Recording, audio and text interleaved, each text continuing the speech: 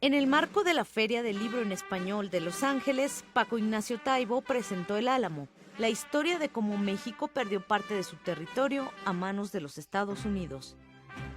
Sí, se trataba de venirlo a presentar aquí. Tenía mucha ilusión. Porque es una historia terrible, ¿no? Es la historia de cómo se falsificó totalmente lo sucedido y se nos dio una información a partir sobre todo del cine norteamericano y de Hollywood de qué era lo que había pasado y la lucha por la libertad de los colonos, y no hay tal. Detrás del Álamo lo que hay es el intento de crear una Texas esclavista y de especuladores de tierra. Lo que ocurre es que tampoco del otro lado tienes mucho de dónde agarrarte, porque el ejército santanista que combatió en el Álamo, pues era un ejército de generales canallas y soldados de leva sacados de la cárcel o de la cantina. La mayoría de los soldados mexicanos que mueren en el Álamo mueren por el propio fuego cruzado. Santana comete el terrible error de lanzar el ataque en la noche y con 4 columnas al mismo tiempo. Entonces la mayoría de los muertos son por el fuego de sus propios compañeros.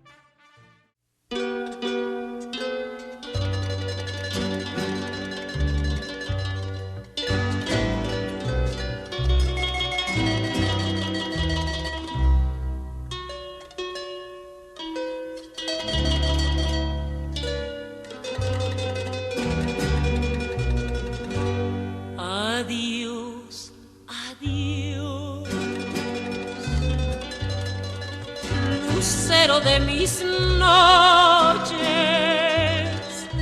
dijo un soldado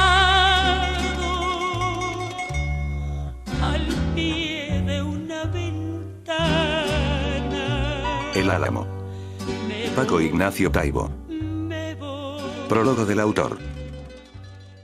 El mito fundacional, la piedra angular de Estados Unidos de América, que se reproduce en la educación y se multiplica en esa vertiente de la enseñanza pública, la verdadera, que para los estadounidenses es la televisión, se deposita en la batalla del Álamo. Curiosamente ahí está la esencia, el number one, el corazón perverso de Norteamérica. Y curiosamente es un mito tejano, y solo por extensión estadounidense, y curiosamente es un mito levantado sobre una apabullante derrota, y no tan curiosamente, por supuesto, es un mito militar y profundamente imperial. Y además se asienta sobre una potente cadena de mentiras. Es en los defensores de El Álamo, y sus 1000 veces mencionadas, heroicas muertes, donde millones de estadounidenses sitúan la esencia de la nación, y de donde muchos de sus gobernantes desprenden el sentido y las obligaciones del imperio. Sorpresa. Misteriosa y extraña sorpresa.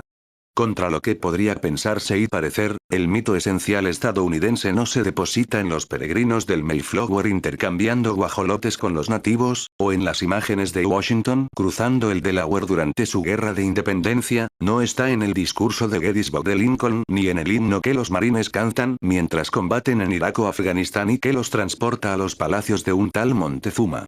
Para mi desconcierto, descubro lentamente, conforme me voy adentrando en los meandros de esta historia, que la clave está en el Álamo. ¿Por qué y cómo se construyó esta potente alegoría? ¿Qué hay detrás de El Álamo? ¿Quiénes reinventaron la batalla del Álamo? En el sitio de internet del Memorial del Álamo se dice: sin el Álamo no habría habido batalla de San Jacinto, sin esta, Texas no habría existido. Sin Texas, la expansión hacia el oeste de Estados Unidos hubiera sido frustrada, sin el oeste, Estados Unidos se hubiera limitado a ser un poder atlántico, y no se hubiera alzado como un poder mundial. Sin Estados Unidos como un poder planetario, el mundo como lo vemos ahora no existiría. Y lo dicen congratulándose, sin pensar que la idea de que el mundo tal como lo vemos ahora, no representa una imagen excesivamente grata para millones de ciudadanos de América Latina, por ejemplo. ¿Y de verdad el combate de El Álamo es tan trascendente? ¿Qué fue lo que sucedió en El Álamo que habría de producir a lo largo de los años tan abundante cantidad de material mítico? ¿De qué estamos hablando? Una pequeña batalla de tan solo 1 hora de duración con la que culminó un cerco de 9 días, donde una guarnición de poco más o menos 200 independentistas, supuestamente tejanos, fueron masacrados por 1500 soldados mexicanos a las órdenes del general Santa Anna el 6 de marzo de 1836. ¿Y fue el Álamo la clave de la independencia tejana, el hecho decisivo? No parece serlo. El sitio y posterior toma del Álamo militarmente no son de mayor importancia en la campaña. El Ejército de Operaciones de Santa Ana no definió nada con aquel combate y para los independentistas la caída de El Álamo y la posterior derrota de Goliat solo les permitieron ganar 15 días, no relevantes, en el curso de la guerra. La muy difundida teoría de que El Álamo frenó a Santa Ana durante 14 días dando tiempo a Houston a organizar su ejército es absurda. Tras la terrible marcha desde la Ciudad de México, el generalísimo tenía que esperar en San Antonio la reconcentración del Ejército de Operaciones. Si la independencia tejana tuvo una clave, esta se encuentra en la batalla de San Jacinto, pero esa es otra historia, que también aquí tendrá que contarse. Y siguen las paradojas. Lo que para los estadounidenses es esencial, del otro lado de la frontera, para los mexicanos, la historia de El Álamo no es más que una minúscula nota de pie de página en el contexto de una historia que se ha decretado como olvidada. Y para América Latina una línea perdida en la larga lista de las confrontaciones con el imperio. La ausencia de supervivientes entre los combatientes produjo a partir de 1836 un vacío informativo profundo que tendió a ser llenado por fuentes indirectas, secundarias y poco sólidas. Una mujer que estuvo dentro de la capilla y que no pudo haber visto el combate de una manera clara, un niño de 8 años que conforme pasaban las décadas recordaba más cosas, el esclavo de Travis, que se volvió personaje antes de que lo volvieran a esclavizar. Algunos hombres que habían estado en el interior del Álamo los primeros días del sitio, un prisionero de guerra mexicano que quería quedar bien con sus captores, la supuesta enfermera de Jim Bowie que dio 5 versiones diferentes a lo largo de los años, las poco confiables fuentes militares mexicanas, empezando por Santa Ana que mentía con descaro en sus cartas, memorias y reportes y que llegó a decir: solo fue un pequeño asunto. Santa Ana tiene históricamente una cuota abundante de mala memoria. A ellos se sumaron decenas de personas a las que les contaron historias y a su vez las contaron y estas salieron a la luz 30, 50, 70 años después de los sucesos. Un inmenso queso gruyere repleto de agujeros y de contradicciones dominó el panorama. Y por lo tanto, el mito heroico ocupó los vacíos de la historia y posteriormente el cine y la televisión entraron como tanques Sherman para consolidar la versión de los héroes tejanos. En las bibliotecas estadounidenses hay millares de libros sobre el Álamo y la Guerra de Texas, más de 28.000 entradas en la librería virtual de Amazon, de las cuales, eliminando repeticiones, ocultismo, historias que accidentalmente llevan las palabras El Álamo en el título, libros que metafóricamente usan el nombre El Álamo para referirse a otras historias bélicas protagonizadas por Estados Unidos, nuevas ediciones y reimpresiones, no deben de quedar en menos de 5.000 títulos entre estudios históricos, material documental, ficción, cómics y libros infantiles.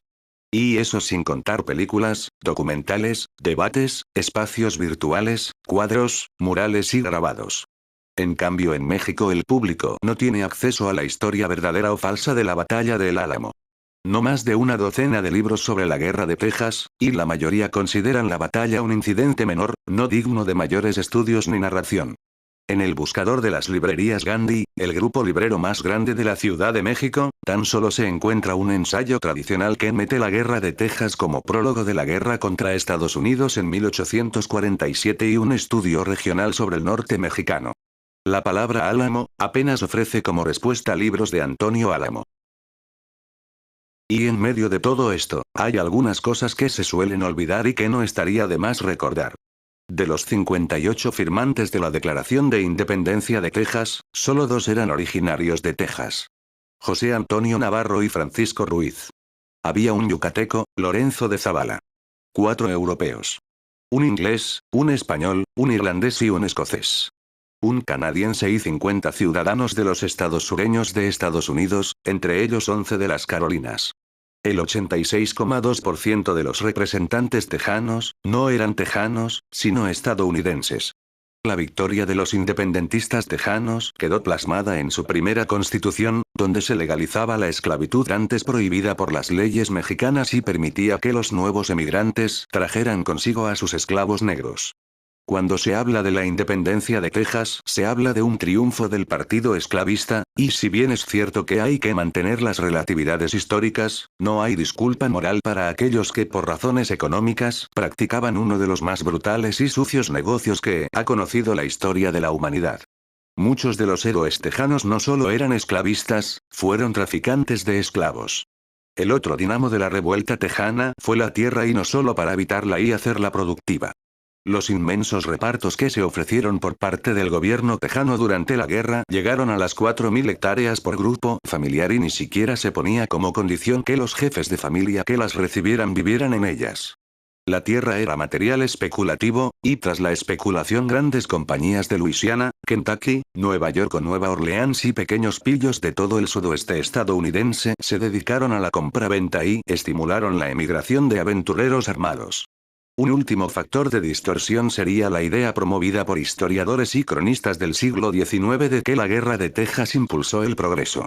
Frente al atraso mexicano originado en su holgazanería y desidia, el gran impulso civilizador estadounidense. Desarrollo económico, incremento poblacional, dinamismo comercial. No están exentos de pecado los desafortunados textos posteriores de Engels y Marx sobre la guerra del 47 de México contra Estados Unidos. Peligrosa idea esta de que el progreso económico es el equivalente al desarrollo social, cualesquiera que sean los costos que haya que pagar. No habría que pensar que la historia se escribe también desde el punto de vista de los campesinos mexicanos que se quedaron en Texas después de la guerra y cuyas comunidades serían despojadas de una manera cruel en los próximos años. De los negros que permanecieron en la esclavitud. De los comanches, los apaches lipanes, que serían ultimados y casi desaparecidos en los siguientes años. Ante la presión de la reconstrucción heroica y la elaboración del mito, a lo largo de los años el debate se fue enloqueciendo, cientos de historiadores, amateurs y profesionales, casi siempre en Estados Unidos, rara vez en México, aportaron sus versiones. Muchos de ellos con talento, pasión por la verdad, capacidad crítica.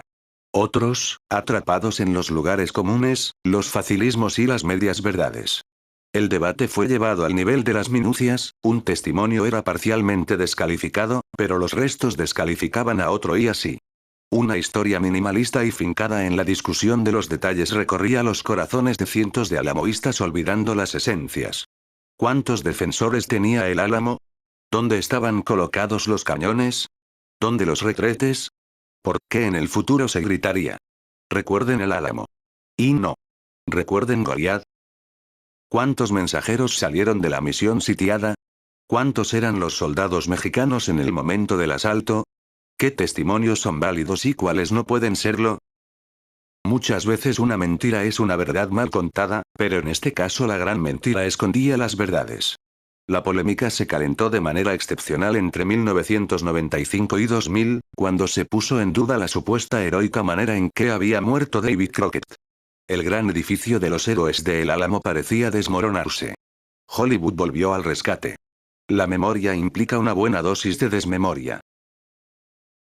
Un lector crítico podría quedar satisfecho leyendo algunos libros y artículos de autores estadounidenses como el polémico Duelo Figgles de Jeff Long, o Three Roads to the Alamo de William Davis. Las versiones heréticas de Richard G. Santos, las notas de un libro menor en la narrativa, pero preciso recopilador de minucias como Alamo and the Texas War for Independence de Noffy. Las intervenciones en el debate sobre Crockett de James Crisp y Thomas Ricks Lindley, incluso Alamo y Ade Harding. Los sensatos puntos de vista de Todd Hansen. Las ingeniosas reflexiones de Kevin Young y Eric von Schmidt, y desde luego las lúcidas notas de Jay Gould. Pero no parece suficiente, o al menos a mí no me lo parece. La razón, el único sentido, de escribir este libro, que no pretende ir más allá de la divulgación, es abrir la puerta de esta inquietante historia a los lectores hispanoparlantes. Contar la historia desde la perspectiva, no por ello menos crítica hacia la participación mexicana, de América Latina. Rencorosa, eternamente enfadada, desconfiada visión de Estados Unidos desde América Latina. Una canción al final de la película de John Wayne dedicada a El Álamo culmina con la frase: lucharon para darnos libertad, eso es todo lo que necesitamos saber.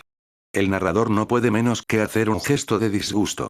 Nada más lejos de la realidad. Es mucho lo que necesitamos saber. Mucho más.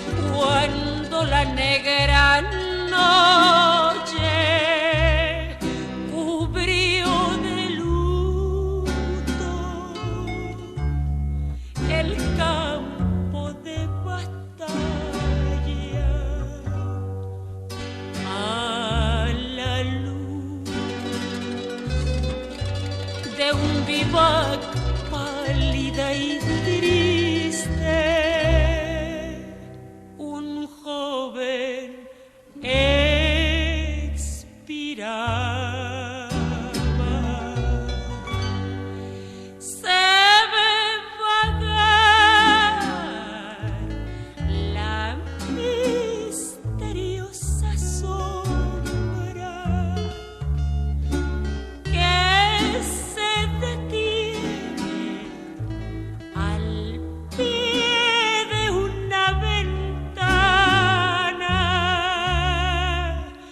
y